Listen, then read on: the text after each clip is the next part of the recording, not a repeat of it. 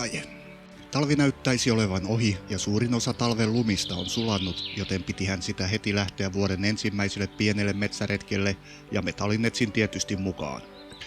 Suuntana on siis alkukeväinen metsä, josta lyhyen patikoinnin jälkeen löysin pienen koivuja kasvavan niittymäisen alueen. Tämä niitty toivottavasti kätkee myös sisäänsä tarinoita menneisyydestä. Yritän paljastaa niitä metallinetsimen avulla, etsin esineitä, jotka kertoisivat niityn historiasta. Aikaa jäi lopulta metsässä samoilun jälkeen hyvin vähän niityn tutkimiseen, mutta pari löytyä sieltä ehdin löytää. Tutkitaan niitä nyt. Ensimmäisenä tuli vahva rautasignaali ja kaivoin kuopasta tällaisen ohuesta rautatangosta väännetyn omituisen härpäkkeen. Voisiko tämä olla jonkinlainen kaapelin tai vastaavan pidike, joka on ollut tolpassa kiinni? En kyllä itse tiedä, mutta sellainen tuli mieleen. Pieni pettymys kyllä, sillä tuollaisesta paikasta voisi odottaa löytävän vähintään keskiaikainen kyläsepän takoma kirves. Mutta tämä on vain 1900-luvun härpäke. Toinen kaivettava signaali näytti myös rautaa, ja sitähän se olikin. Tämä löytö oli kuitenkin melko syvällä ja hapettumisen perusteella tämä vaikuttaa olevan melko vanha. Ainakin 200 vuotta.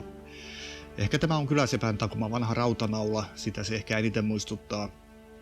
Eipä tämäkään löytö hirveästi hurraa-huutoja metsään tuonut, mutta tällaistähän metallinetsintä suurimmaksi osaksi oikeasti onkin.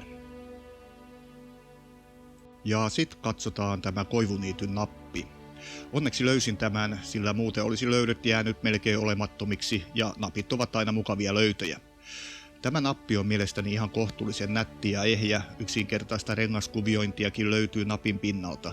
Materiaaliksi veikkaisin messinkiä. Toisella puolella on vielä lenkkiäkin jäljellä, tosin se on katkennut. Tämä on aikoinaan valmistettu 2 prässätystä osasta, jotka on juotettu yhteen joko tinalla tai hopealla.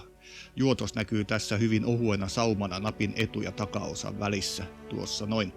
Myös lenkki on juotettu nappiin kiinni. Valmistustekniikasta pystyy jonkun verran ajoittamaan tämän napin ikää maksimissaan teollisen vallankumouksen alkuun, eli 1700-luvun loppupuolelle ja siitä nuoremmaksi, mutta lienee turvallista ajoittaa nappi 1800-luvulle. Mutta joo, mukava löytö joka tapauksessa. Niin, siinä ne löydöt olivat, ei aarteita tälläkään kertaa. Mutta päivän tärkein anti ei ole pelkästään löydöt maan alta. Pyöräilin hienoissa maisemissa retkipaikalle, patikoin polkuja pitkin ja pysähdyin hetkeksi ihailemaan luonnon heräämistä talviuniltaan. Ja tietysti, retkieväät ovat osa tätä seikkailua, sillä ulkona luonnossa kaikki maistuu pikkasen paremmalta. Tällaista tällä kertaa.